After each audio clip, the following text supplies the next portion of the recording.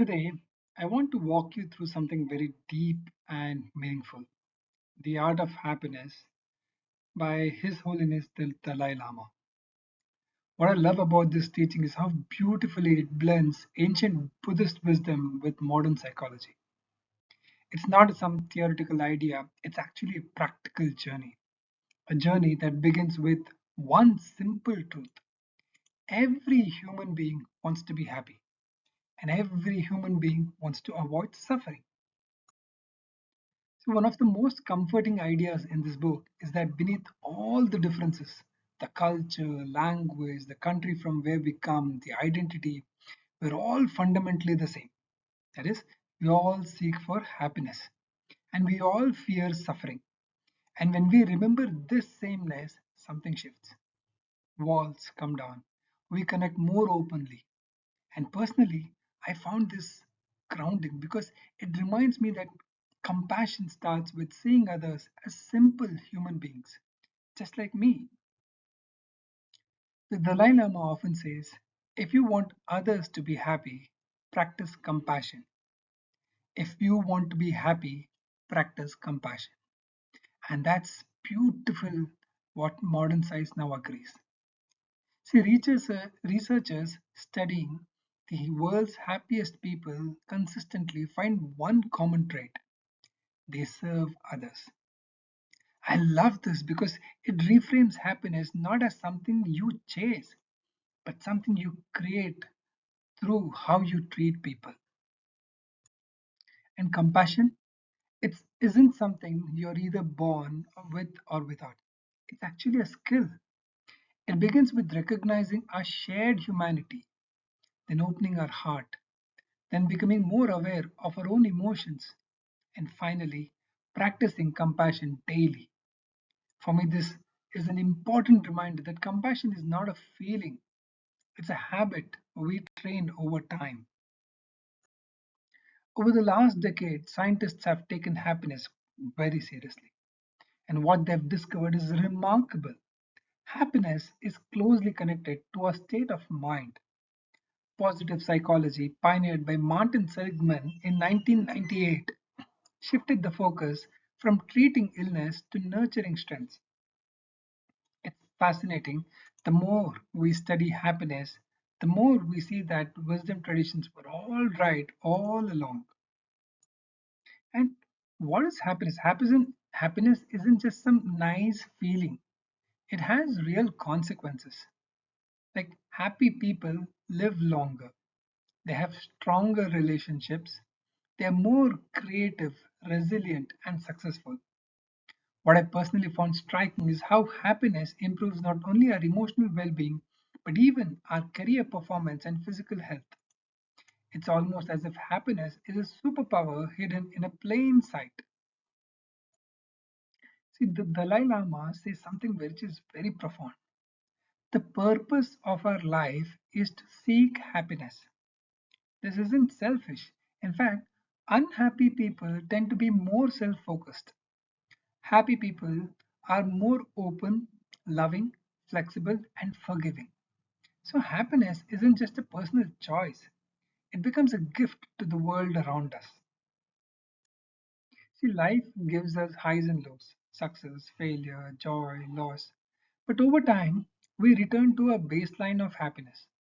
And that baseline comes from how we perceive, not what we possess. And this idea changed the way I look at challenges. It reminds me that my mindset, not my circumstances, decides my happiness. Read it again. My mindset, not my circumstances, decides my happiness. And one of the biggest enemies of happiness is comparison.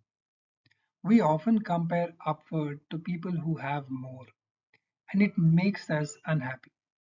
But when we compare downward, we become grateful. The message is very simple here: happiness grows when we shift our perspective.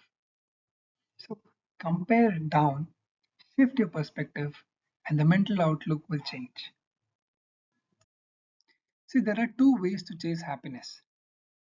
One, obtain everything we want and desire all the money, houses, cars, the perfect maid, and the perfect body. But that's literally impossible. And the other is not to have what we want, but rather to want and appreciate what we already have. See, contentment isn't complacency, it's freedom. And the true antidote to greed is contentment. And another foundation of happiness is a deep sense of the inner world. When we anchor our dignity in our shared humanity, not in possessions or achievements, we become more stable.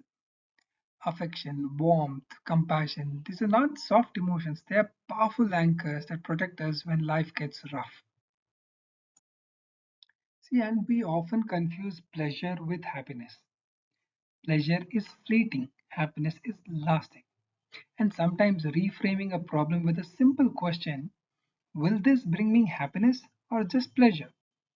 And this question can completely change the direction of our life.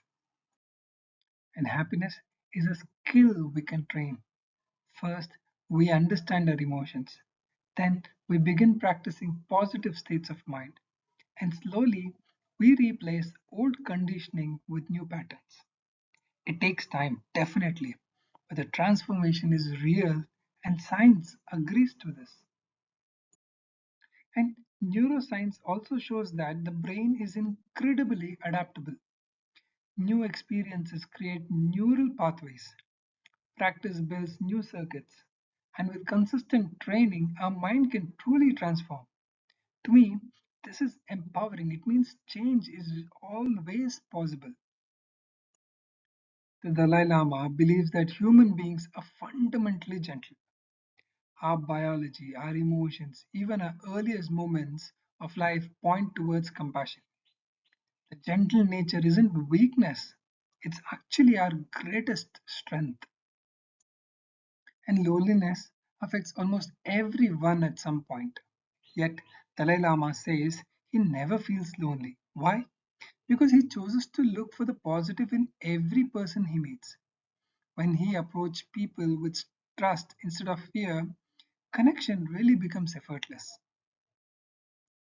And empathy is the doorway to compassion. Putting ourselves in someone else's shoes, suspending our own viewpoint, seeing what we share rather than what divides us. This mindset changes relationships and reduces conflicts.